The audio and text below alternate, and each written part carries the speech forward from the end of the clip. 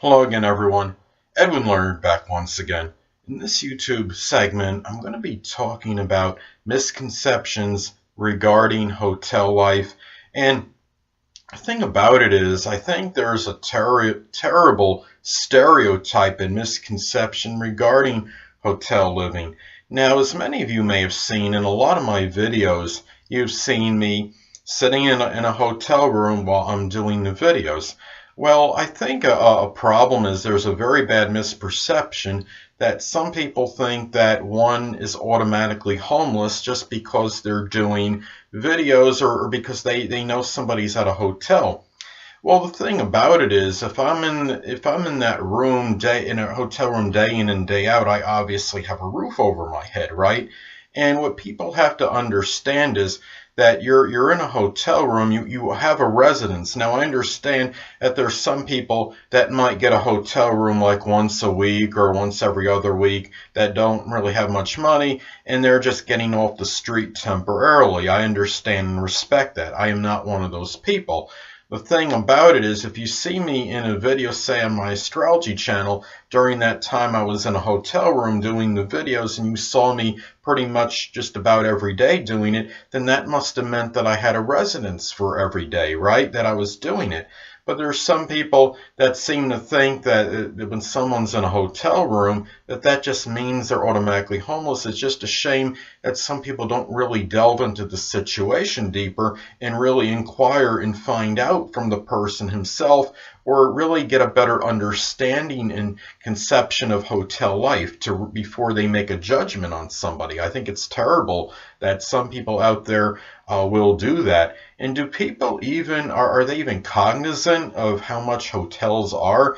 I don't remember if this is exactly the right number, but there was something on, when I Googled this, there was something on hotels where it said the average rate was like $137 a day in the US, and I don't remember the date that was specified for. It might have been from a couple years ago, maybe a year or two ago, but still 137 a night. I mean, that's really unreasonable. And the hotels that I had stayed with had ranged pretty much between like 150 and over 300 a week. So I obviously must have had some money in order to spend on that hotel. So I mean, granted, I'm not Rockefeller. I'm not an affluent person. I make well below what the average income is, but I certainly had enough money to pay for a hotel room. And if you got money to do that, you can get money for even a place like an apartment. Thing about it is, I have part of the reason I have trouble getting apartment. Well, I was homeless from 2006 to 2010 before I made most of my videos. And the thing about it is, if I'm not mistaken, I mean, the credit history can go down during that time, and there has been difficulty in getting an apartment, and also coupled with the fact that I don't necessarily want to get an apartment that's going to involve an extensive or long-term lease, because I may not want to stay at that place for that long. But people don't really quite understand that, and there's a terrible misperception as far as that goes. I'm not saying everybody misunderstands people that stay in hotels, but there is a strong percentage that I believe do, and I would suggest that they would actually research things a little more or verify things before they make a judgment on somebody as far as that goes. I mean, hotel rooms are more expensive than apartments on average. If you have money to stay in a hotel, hey, more power to you. Hotels are pretty, have very exorbitant rates, to say the least. I mean, you have some hotels out there that are like 200 or more a night. They're real exclusive ones, if I'm not mistaken. So there's really, I mean, that's funny how people will say things like, oh, look at him, he's in a cheap hotel. Well, when they say cheap, that really is not referring to the price, I don't think, because the prices on most hotels are not cheap. Even the quote-unquote cheap hotels in Nashville, Tennessee, where I reside in, are going to be at least like $40 a night minimum. So, I mean, which would come to $280 a week. So you could do the math on that, people. That's well over $1,000 a month. So you have to really try to understand it a little bit better. Why people have different reasons for being in hotels. Hotels, sometimes people are in them, as I stated before, because they have a sporadic living situation. They're not. They may not really. They might be on the street and might only stay in a hotel once a week or so, just to maybe go in there and get a shower and get cleaned up or whatever it is they decide to do. But the thing about it is there's people that do actually prefer hotel life over apartment living, because in hotels you're generally not tied down to any long-term, extensive, or protracted deal.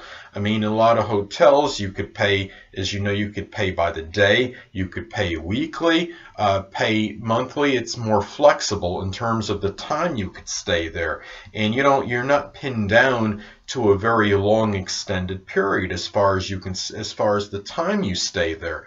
So I think those are some important things to remember, and just remember that there's a plethora and real wide divergence of reasons as to why people do stay in hotels. And it seems like a lot of people think that there's always some negative connotation connected with that, and a lot of times there isn't.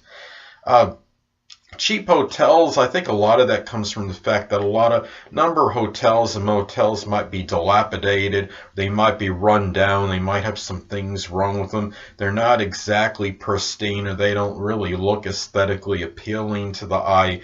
But that doesn't mean, as far as the actual literal price goes, that hotels are cheap. Contrary to that, it's actually the opposite, people. Hotel living, I could attest to this, is far from cheap or frugal. If you ever stayed in a hotel for any extended period, you will know this, that it's going to be more expensive on average than renting a room out or getting an apartment.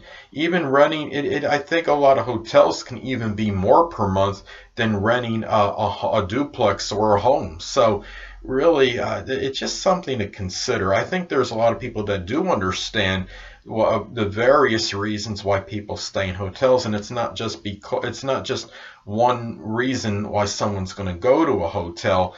It's not just for somebody that's trying to get off the streets for a short period of time here and there. A lot of it is because a lot of people do prefer hotel living. I don't necessarily advise it to a lot of people. I mean, a lot of hotels do have bed bugs in them, and of course you have to be cognizant and wary of it. But if you could find a hotel that's fairly clean and it doesn't have that kind of problem, and and the rate is reasonable enough where you could afford and survive, then that's up to you. And there could be a lot worse things than staying in a hotel. If you're like me and you don't necessarily know if you're going to be in that same location for a long duration or what have you, and it's more convenient to stay in a hotel, then you know what, you go for it. It's up to the individual person. It depends on everybody's set of circumstances. So everybody, of course, is going to have their own opinion as far as whether or not that's something that they feel is conceivable, or in their mind where they could actually it's something where they think it's realistic in their mind as far as an option for living. Well, anyway, people, that'll conclude this YouTube segment on misconceptions about hotel living. And until next time, people, Edwin Learnard saying, stay well.